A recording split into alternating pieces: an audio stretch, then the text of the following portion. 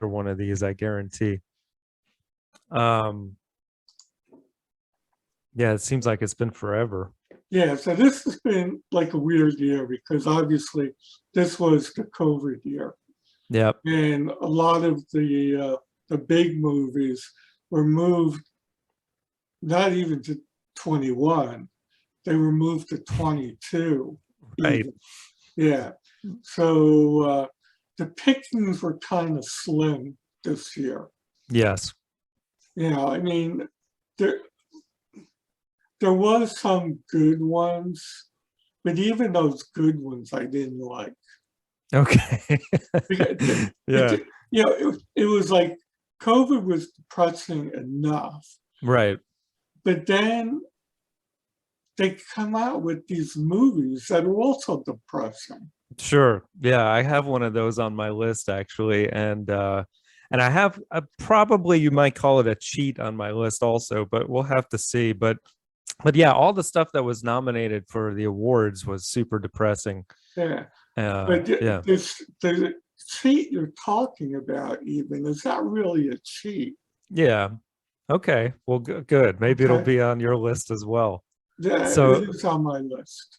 okay. I And think we actually, know what we're talking about. But yeah, yeah, so I'll start us off then. All okay, right. Number 5 for me was Palm Springs, okay, which I have that a little bit higher. okay, cool. Yeah, yeah. This was not a depressing movie. As a No, matter of that's fact, why I have it on my list. I think it was one of the few comedies to even be released in 2020. Well, there was a couple of others, but one was a comedy, but it was also like a horror thing. Yeah, right. You know, Yeah, but this was a fun kind of a different take on Groundhog Day, one of our right? favorite movies. Yeah, it's a time loop movie. Yeah, and they did something different with it.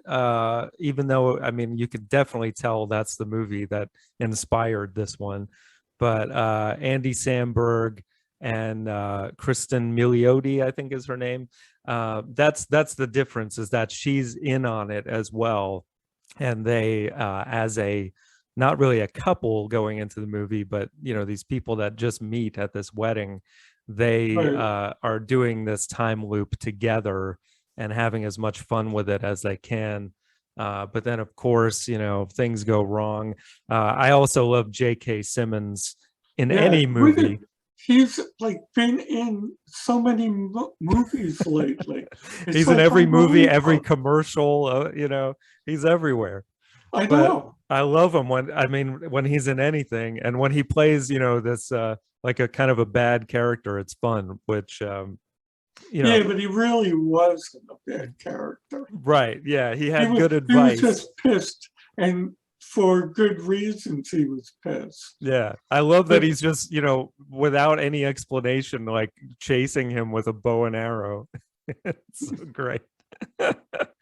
But yeah, that adds a different element also. So and Sam Berg, I think, is probably, I would say, at his best here. Even a little bit of dramatic chops here, because most of his other movies are just totally silly. So this has that as well, but not, yeah, a he good was a little balance. silly though, Oh, too. of I mean, course. you know, uh, at the wedding, everybody's dressed up and he's wearing his Hawaiian shirt there, just sitting there. Right, And then, he gives up and gives the speech, right. and that's before you find out about the time lapse thing. That was right in the beginning of the movie. Right. Yeah. But it's super fun, all the different speeches he gives. And then, like, he can time everything perfectly, just like Murray did in Right. Groundhog Day. So yeah, the ending gets a little ridiculous, with the whole exploding in a cave thing, or whatever.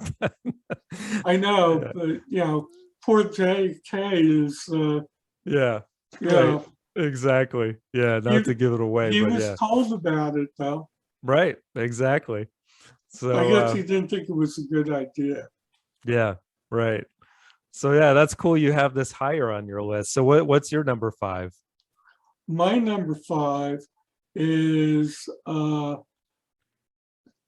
News of the World. Oh, okay. I didn't see this one. Tom Hanks, right? Yeah, it's Tom Hanks, and the little girl is Helena Zengel. Mm-hmm. Uh, Tom Hanks is a retired Civil War captain. He Mm-hmm. was fighting for the South, Right. and what he's doing is that he made this job for himself, that he goes around in Texas from town to town, and he reads the news. Right. And he like picks out, some funny stories and then makes some comments out of it. So he's like a newscaster in the Mm-hmm. past, Yeah. not on TV. Right. And, he gets like 10 cents a person for them to come and see. I Yeah. guess a lot of people didn't, know how to read way back then. Right. Right. So in his travels, he finds this, I don't know, I think she was like 8 years old, girl. Mm-hmm. Uh, on the road, underneath a wagon. They got raided, and the driver got hung. And it turns out that she was a captive of the Kiowa Indians. Mm. And the driver was returning her, bringing her to her aunt and uncle because her parents were killed. Right. So now the driver is dead. The U.S. Army comes by. They tell Hanks that, bring her to the Indian reservation, and then they'll take care of her. And then when he gets there, he finds out they're not going to be around now for 3 months. They're closed. So he decides to take her on his own, which is like a 400-mile trip. Yeah. Right. And then they go through some obstacles and stuff like that. Yeah. And in the meantime, he gets like really attached to her, but he Mm-hmm. does deliver to her aunt and uncle, who are very strict German Mennonites, and they only speak German. Okay. So Yeah. it was like a little treat for me because I could understand what they were saying. Right. Right. That's But cool. yeah, so he leaves the girl there. Then he starts going back. On the way, he gets the feeling that she was like part of his family now. Mm-hmm. So he goes back to try to get her back, and the family is eager to give her up. Mm. And they both do this reading from That's then cool. on, and she Yeah. was helping him as they were going on down. So it's really Yeah. neat story. Yeah. Yeah. That sounds like a kind of like a heartwarming movie. Yeah, it was heartwarming. Yeah, Yeah. Yeah. Okay. Cool. Yeah. You can never go wrong with Hanks, man. I know. So it just kind of looked a little boring to me. And of course, Westerns aren't really my thing. So I was thinking it was more, traditional Western, but that sounds, unique. Yeah, So, yeah. Like I said, they had some roadblocks. In one of the roadblocks, the girl helped out that's cool. in a Yeah. weird kind of way, but it worked. They Okay. almost died. Crazy. Yeah. Nice. All right. Well, good pick. Well, all right. So my number 4 is probably not on your list, and it's one of these somewhat depressing movies that we talked about, and it's Ma Rainey's Black Bottom, which was I released. never heard of that one. Yeah, it was released on Netflix. I Okay. think shortly before award season, so they were, pushing for that. Which Yeah, I mean, most of these movies were either released on Netflix, Amazon Prime, yeah, or on Apple TV. right. Yeah, the main Because the reason. movies were basically closed. Right. Yeah. Well, this movie, it was the one that got Chadwick Boseman his last award nomination, which he ended up losing to Anthony Hopkins. People thought he might have it in the bag for this, me included, because he was really amazing in this movie.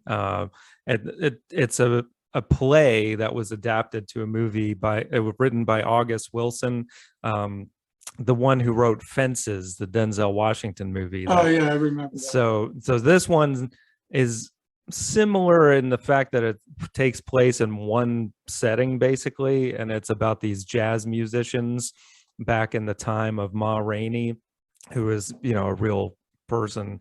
So Viola Davis, who was in Fences, plays Ma Rainey. She was also, I think she was nominated. She should have been, because she was also amazing in this. But the movie does not exactly revolve around her. Bozeman is really the main character, and he's like this young kind of punk jazz performer that thinks he's going to make it big and on his own. But it's metaphorical in the way that it's sad on multiple levels, because you see that, you know, these black artists were not going to really have a chance to make it on their own, because the guys in charge were only going to pay them so much for their songs, if at all. And then on top of it, he has this misdirected anger towards the people just around him, and it has this tragic ending that I won't go into. But he was just amazing in this movie, and made it even more sad that his life was cut short too quickly. Because, I mean, Black Panther aside, this guy could have done a lot of great things, which was evident by this performance. So that's why I picked it, mainly was for him. Yeah. Good pick. Yeah. So what's your number 4? My number 4 is another Greyhound. It's another Hanks movie, Greyhound. Okay, I didn't see that one either. I know, and this was sold to Apple TV. Right. This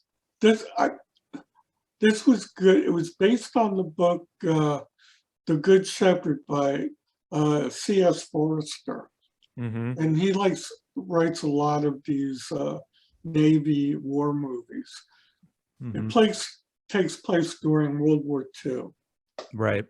And Hanks is in his destroyer, and they're like now they call it the Black Pit, because they're crossing the Atlantic, and in this area you can't get air cover, either from the United States side or from the Great Britain side.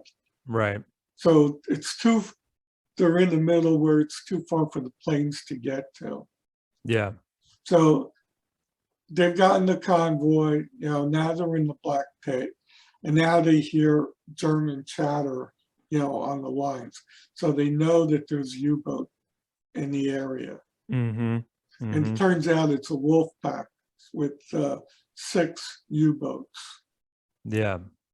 So now they start picking off the fleet. And Hanks is there with his destroyer. There's another destroyer. And then there's a Corvette, Canadian Corvette, trying to protect the fleet. Right. And then, so they're picking things off. Hanks is going out chasing. They wind up sinking the other 2 ships. He's the only ship left. And now he sinks 2 of the U-boats. And now the U-boats are after him. Yeah. If you're once to get after them, it's like, open fire on the thing. Right. He manages to evade them, while also being on the attack. And,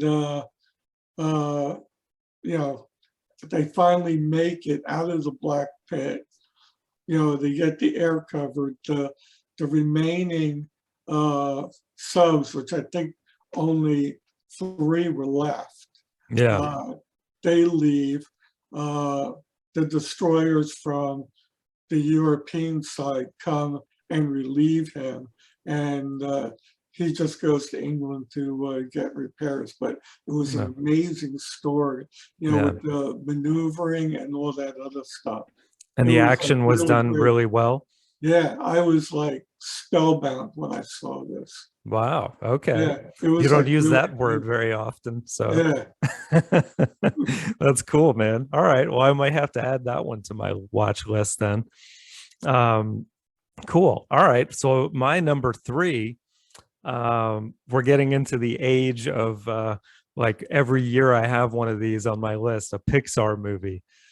And Um, I put Soul on my list, which is another jazz related like, movie.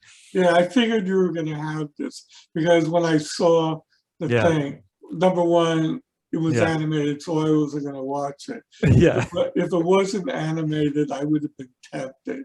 Right, right. No, they did a great job. I mean, this is animated movies for adults, really. Most of these Pixar movies, and this one especially, because it deals very much with death, and it's about this jazz artist who's voiced by Jamie Foxx, who dies, and then it his it's very interesting how they deal with the afterlife in this because you kind of get this little spirit person to guide you through, and then that person is voiced by Tina Fey, who's really good in this also. But um, it's just one of these movies that it's kind of like, I don't know, a animated new take on like A Christmas Carol, even, where he's reevaluating his life and what was it even for, and all these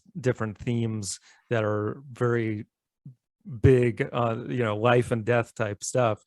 And I just thought they managed it really well. And then also, like, the times that they do play jazz music, it almost looks real, man. Like the way they play their instruments, it's what Pixar does these days is just amazing. Yeah, they're amazing. Yeah, and the music is great, both the jazz stuff and Trent Reznor and Atticus Ross do like this celestial music for the heavens scenes, and it becomes sort of a buddy comedy as well, with him and Tina Fey playing the spirit that's he's basically like getting a second chance on Earth through her. So I definitely recommend it. I think you would enjoy it. Okay, So what's your number 3? Palm Springs. Ah, there you go. Okay, good stuff. So now at number 2, for me, is another one of those depressing Academy Award movies, and it's The Father. Oh, yeah, I knew you were going to do that one. You didn't see it yet, right? No, because you told me it was depressing, so I decided not to watch it. Yeah, yeah. I It's one of watched those. I Yeah. watched another one of the depressing one, actually, the one that won most of the Academy Awards. Oh, yes. That's, I think, my honorable mention, if it's what you're talking Yeah, about. and that was depressing.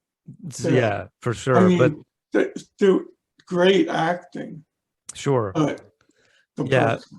Yeah, that's the thing, that I mean, it's worth seeing this at least once just for Hopkins, because I mean, he's always great, but this, he really goes to another level on this thing, because and the way it's directed as well, I was very impressed with, because they really put you inside the mind of someone with dementia, which is crazy, because like you're watching the movie and you're not even sure what's going on, because it's from his perspective. So like he's is mistaking his caretaker for his daughter, and as a viewer you're not even sure at one point like who is who. And but it's really unsettling, almost in a horror movie kind of way for part of this movie. um So it's very difficult to watch. And then at the end of this movie, there's a part where he breaks down, and it's just like, oh my God. Um, so yeah, it's I definitely think he earned his Academy Award on this one, as much as I think Chadwick Boseman also was amazing. They were definitely the two best performances of the year. And I mean, I would even say, as great as Hopkins has been through the years, this is up there with like Silence of the Lambs level acting, in a totally different way though. But yeah, so it's definitely I think worth watching, but just be ready to be thoroughly depressed afterward. I know. That's why I didn't watch it. So after watching, what was it, Nomads or something? Nomadland, yeah, Yeah, that's Nomads. my Yeah, honorable mention. yeah. Yeah, There was no way I was going to be, yeah, watching that. yeah. And And I was expecting more from Nomadland. I don't really see why it won so many awards, because I just thought that they could have done more with it. yeah, to me, it was more like a documentary Yeah, it kind of felt about like that, nomads. right? You Because know, it was a really like interesting movie, like pointing a light on this thing that a lot of people don't even realize is going on in America right. these days. But and of course, she's always great. Yeah, In and she was in that role, like the whole thing about being a widow, and that's her reason why she is a nomad. But yeah, depressing as well. So what's your number two? the Queen's Gambit. Ah, okay. Now, is this a cheat as well? Because wasn't this like a series? Well, yeah, it was 8 parts, not Uh-huh. 10 parts like the next one is. Uh-huh. Okay. Okay. And uh, the reason why I don't consider it a cheat, for a couple of reasons. Number one, it's on Letterboxd. If Well, Letter, but Letterbox puts stand-up specials and all kinds of stuff on yeah, well, there. that But doesn't count. right, right. But after 4 weeks, it became Netflix's most watched scripted miniseries. Okay, so it is a mini series. Okay. Right. I'll Making allow it it. Yeah. making it Netflix's top program in 63 countries. Wow. Yeah. Okay. It won 11 Primetime Emmy Awards and Hmm. 2 Golden Globe Awards. Okay, so Golden Globe, that's I mean, of course they do TV and movies, but Right. okay, I'll allow it on your list. I have yet to see it, but I've heard really good things. Yeah, it's really a great movie. Uh, Her And it's mother just a died. one-time thing. They're not going to have another season, Now, right? It's over. now, Okay. yeah, that's why another reason why it, to me, it's okay, because Hmm. it's not a continuing series where now there's a new season and a Hmm. new season after that and a Right. new season after that thing. Yeah. Just like Okay. our number one pick. It's one time thing. Yeah. Yeah.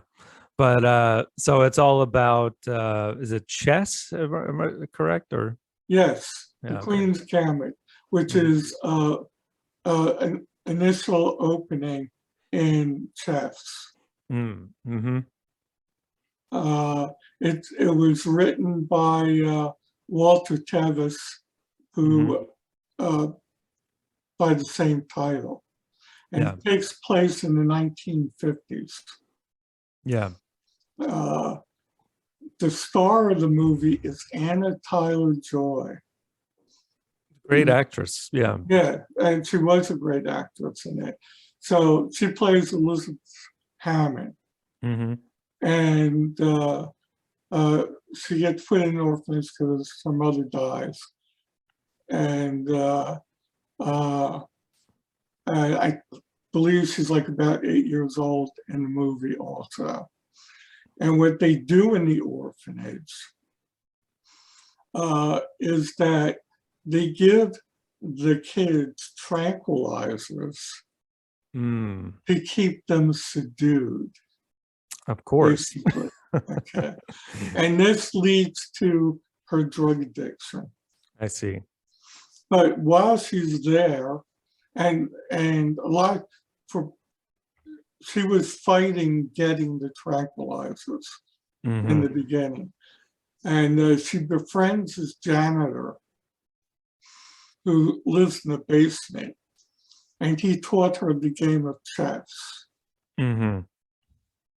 Okay. And so, she finally gets adopted. Right. And the woman that adopted her did not want her to go to this chess tournament because she just thought it was a waste of time when she could be out earning a living.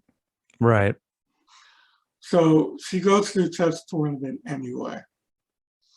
And she goes there not knowing like what the procedures are. She knows how to play chess. But she didn't even know like the stop clock. Yeah. What that clock was for. Okay. Yeah. And then, when you're writing something down, she didn't know what that was for. Sure. So she didn't know like how it worked. Right. Right. And so she goes in playing cold. Yeah. And she wins all the matches. So she's a natural talent. Yeah, it's natural talent.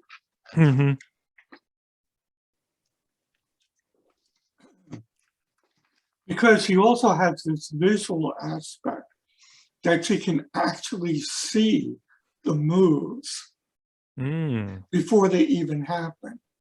Interesting. So that it gives her like an edge. And in this tournament, she actually beat some really good chess players at the end. So they were amazed. Yeah. So, she tells, her stepmother, and she also got $100 for winning the tournament. So now her stepmother's going, you can get money by playing chess. Right, right. So now she keeps putting in all these other tournaments and stuff. Now she can feed her drug addiction even more, I'm sure. Yeah, right. The thing is, she was pretty much off of it. And then every once in a while she would lapse. She'd start drinking alcohol, and then she would start getting into the thing. So then she wanted to know how she become a chess master, because she wanted to go overseas and participate in the big chess master tournaments. You only wear the chess master, and that's where like the Russian players are and all this other stuff. And they told her that in order for her to be a chess master, she has to beat the chess master. Okay, cool. So it was like some, chess masters in the US. So she went to those tournaments where they were, and obviously she beat them and stuff. Right. So, I mean, it was really amazing. And it was amazing how they're making the moves. And then there's like a lot of backstories on the chess, like in those big tournaments, where they decide to take a break, because now you might be losing or something. Right. And now you're going to take a break so that you can recoup your thoughts. And then it resumes like the next day. Well, it's like all these people helping you and like putting the chessboard the way it is, and then like making all these moves to try to win the game. And you're getting all this help from the other chess masters. It's like really amazing. Cool. I'll have to check it out. Because I remember you telling me about it, and I was like, how are they going to make a thing about chess interesting? But it really does. You make it and sound the ending interesting. is like spectacular. Okay, cool. All right, I will definitely check it out, and I definitely allow it because my cheat is next, and it sounds like we may have the same Yeah, number we one both here. have the same one. The The Last Last Dance. Dance. Yeah, Yes. This was like one of the uh the bright shining uh lights of through the COVID season. This was something that made me very happy to watch. I watched the whole thing twice, actually. yeah. As being an avid Chicago Bulls fan, especially during the Jordan Pippen eras. Yes.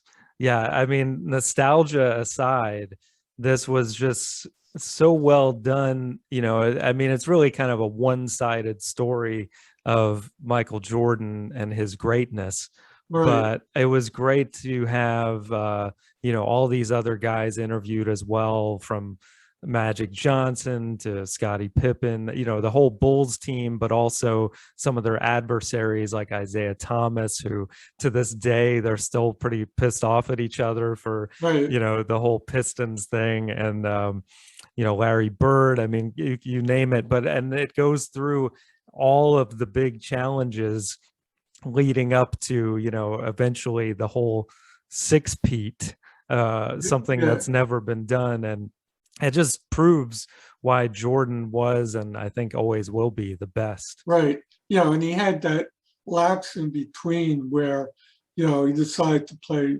baseball. Right. Yeah. He left, after the first three-peat, he left, to play baseball because it was also his dad's dream that he would play baseball. And he was Yeah. basically doing it in his memory. Yeah. I mean, he did everything he set out to do, even though he wasn't, let's say, the greatest baseball player, but Right. he didn't do terribly either. Yeah. And to go to baseball and then have to train to get back in shape to Right. get Have back to to train your basketball. muscles again to Yeah. be able to play, basketball again. Right.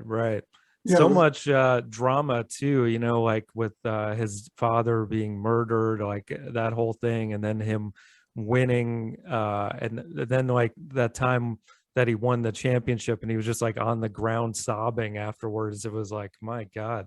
And then there were just some of those games that I remember seeing some of these games at the time and thinking like, this guy is superhuman. Like when he was sick, when he was poisoned from the pizza and he goes on to score like 60 points or something.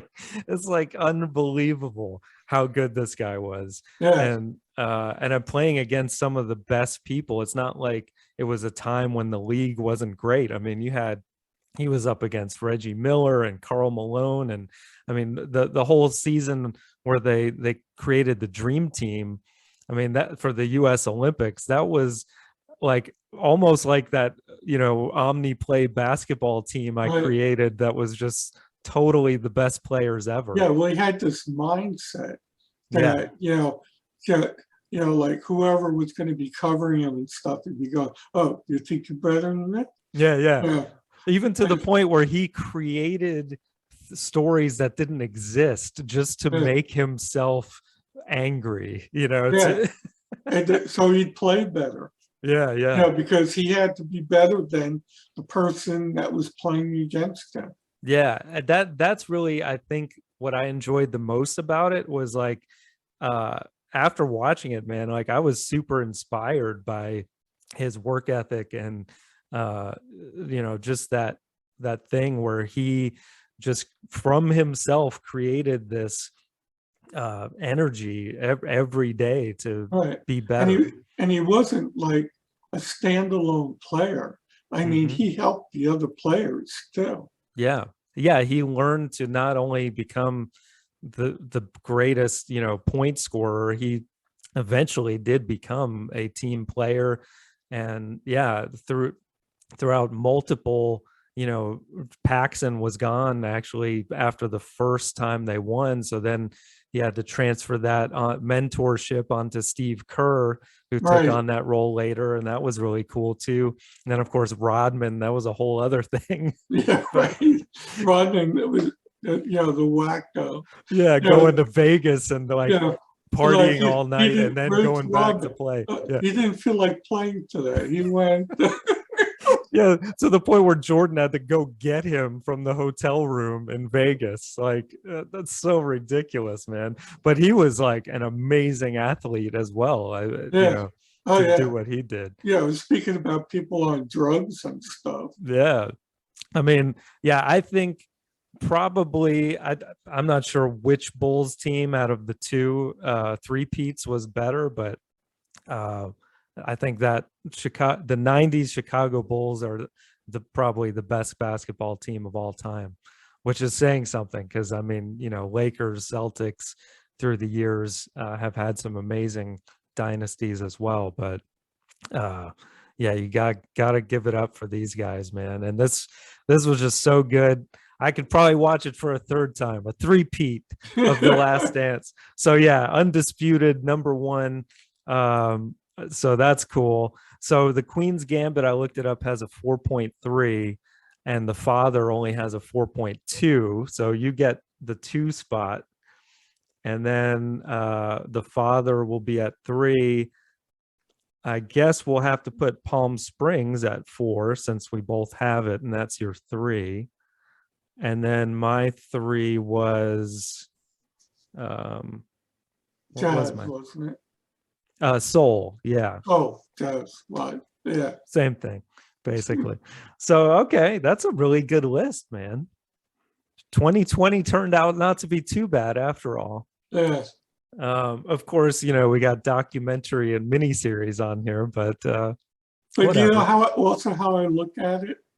Mm-hmm. Take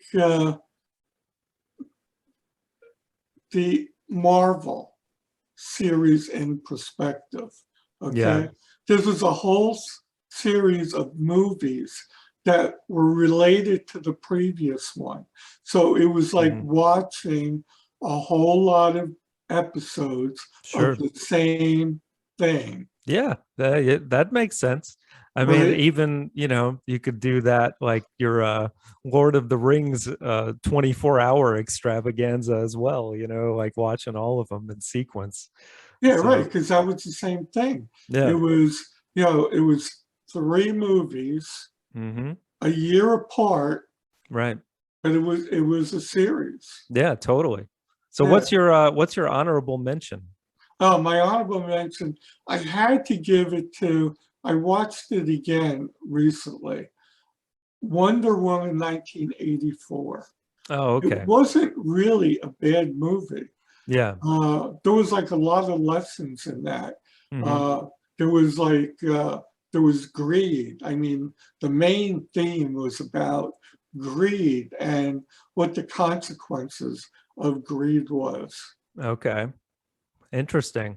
I mean, Yeah, it took greed to the exponential point. like Michael Douglas Wall Street level. Now, this is The like 80s, man. it, Yeah. it took it to world destruction. Okay. Yeah, that's farther. Yeah. Okay. So yeah. So and Interesting. it was a good action movie. Yeah. Yeah, I heard it was really good. So, Yeah. I cool. mean, it really wasn't, a top grosser. Not that there was that many top grossers in 2020. Right. And on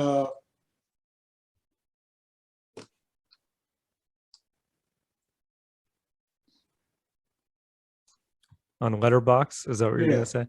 on Letterboxd, it was only a 2.3. Really? Yeah, Wow. Okay. surprisingly, yeah. Yeah, Man. it was a long movie. It was like 2 hours and 30 minutes. Yeah. But, Michael Jordan was 10 eight, hours or something. Yeah. yeah. No, it was 10 hours. Right. Were they 1 hour episodes? I think so, I couldn't roughly. remember if they were 1 or 2 hours. Uh, the Queen's Gambit was 8 hours. Right. Yeah. Yeah. Long form storytelling, I think, has really become better in many ways these days, with Yeah, I mean, The Lord some, of the Rings was like 7 or 8 hours. Yeah, exactly. So all right, well, let's read off the top 5 movies of 2020 according to 3 and 4. At number 5, Soul. At number 4, Palm Springs. At number 3, The Father. At number 2, The Queen's Gambit. And at number 1, The Last Dance. Yeah. Yeah. That's pretty sweet. So there, 2020. Yeah, 20 hours of viewing pleasure there for 2020. And yeah, we'll see how 2021 may be better or maybe not. So we'll see. But we'll see you on the next one. Love you. Love you too. All right, bye. Bye.